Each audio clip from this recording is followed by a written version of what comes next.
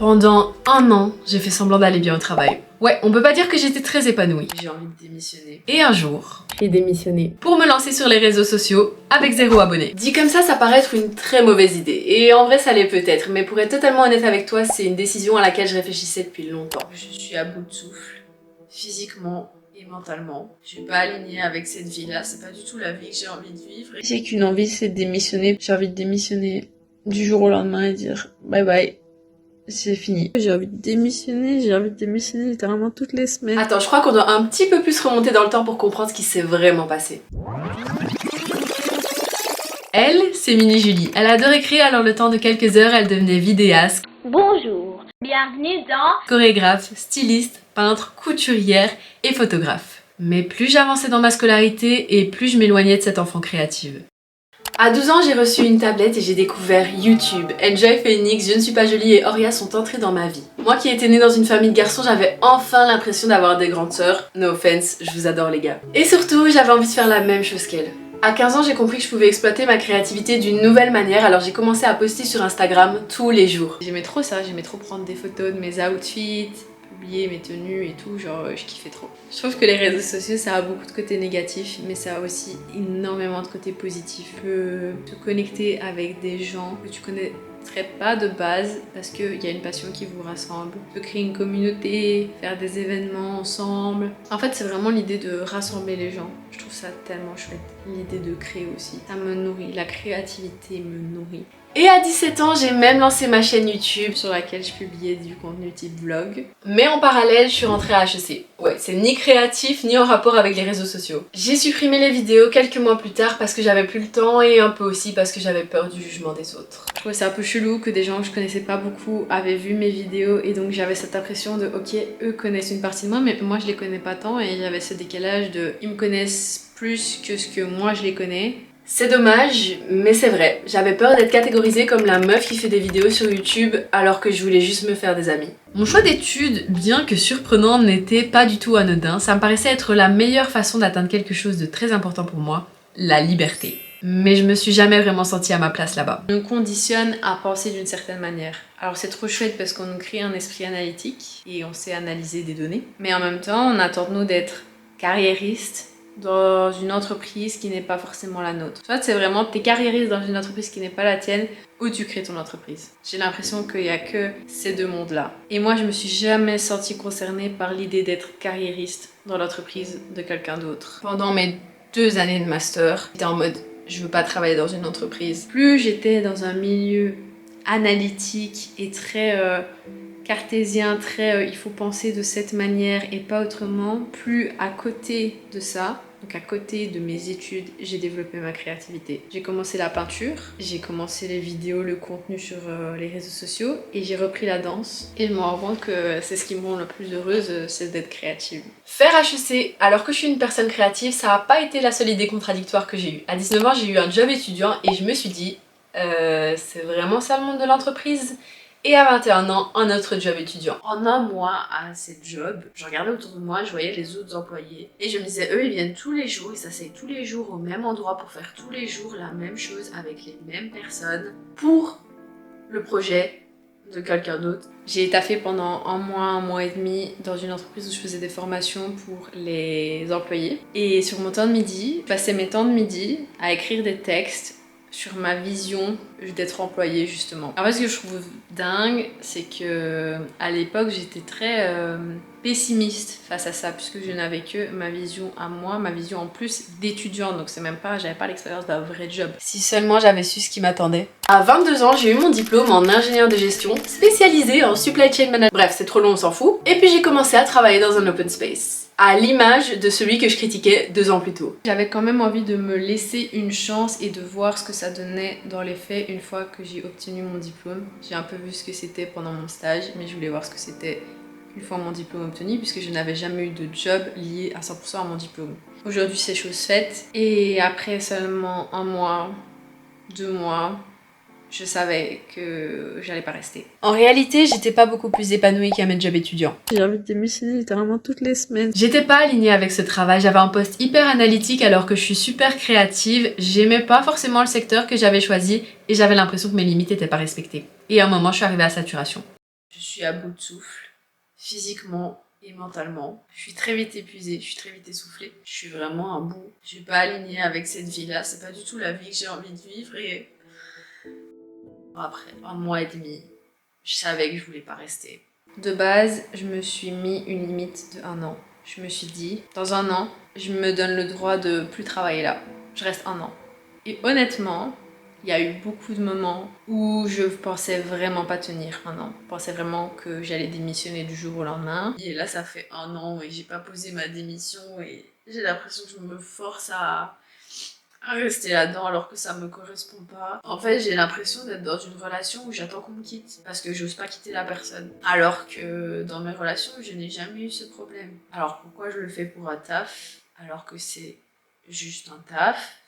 J'aime pas. En fait, c'est pas moi. Genre, je suis une personne hyper créative, qui se connecte à ses émotions. Et au travail, je suis pas du tout comme ça. Je mets une sorte de façade pour qu'on me prenne au sérieux parce que, bah, l'air de rien, je suis une petite meuf qui sort des études et c'est dur aussi d'être pris au sérieux en tant que femme. Du coup, j'ai peur qu'on me prenne pas au sérieux. Je me sens pas légitime non plus. Et en fait, j'ai l'impression d'être tellement en décalage avec les gens autour de moi. Genre, à mon travail, ils ont tellement l'air ok. Et je suis en mode, mais pourquoi ça fait ça qu'à moi? Pourquoi est-ce qu'il y a que moi qui me sens tellement en décalage avec ça? Et en même temps, j'ai l'impression que dans ma génération, il y a beaucoup de gens qui passent par là, mais genre au travail, quand je les regarde, ça a l'air normal pour eux. Moi, ça me correspond tellement pas. Ou alors on fait tous semblant, hein.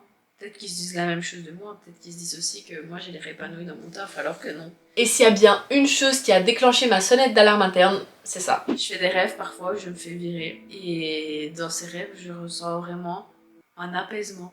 Je me dis, ah, genre libération. Et je fais aussi des rêves où je sors, je me dirige vers l'ascenseur de mon taf et je me dis non, en fait j'en peux plus là, je démissionne. Et je fais demi-tour pour aller poser ma démission. Ces rêves, c'était mon subconscient qui me disait de partir. Mais qu'est-ce que j'allais bien pouvoir faire de ma vie, moi qui ne me sentais absolument pas alignée avec la corporate life? Au fond de moi, j'avais un rêve secret dont je voulais parler à personne. Mais moi, ce que j'ai vraiment envie de faire là, c'est créer du contenu, mais genre pour de vrai, et me focus vraiment sur ça. C'est un truc que j'adore, si vous saviez comme j'aime ça. J'aime tellement ça, j'aime tellement réfléchir à des vidéos, à des montages, à filmer, à un script, enfin j'aime trop ça, vraiment j'adore. Et c'est comme ça que j'ai commencé à oser parler de ce rêve. Je trouverais ça fou de pouvoir vivre d'une de mes passions, ici en l'occurrence la création de contenu.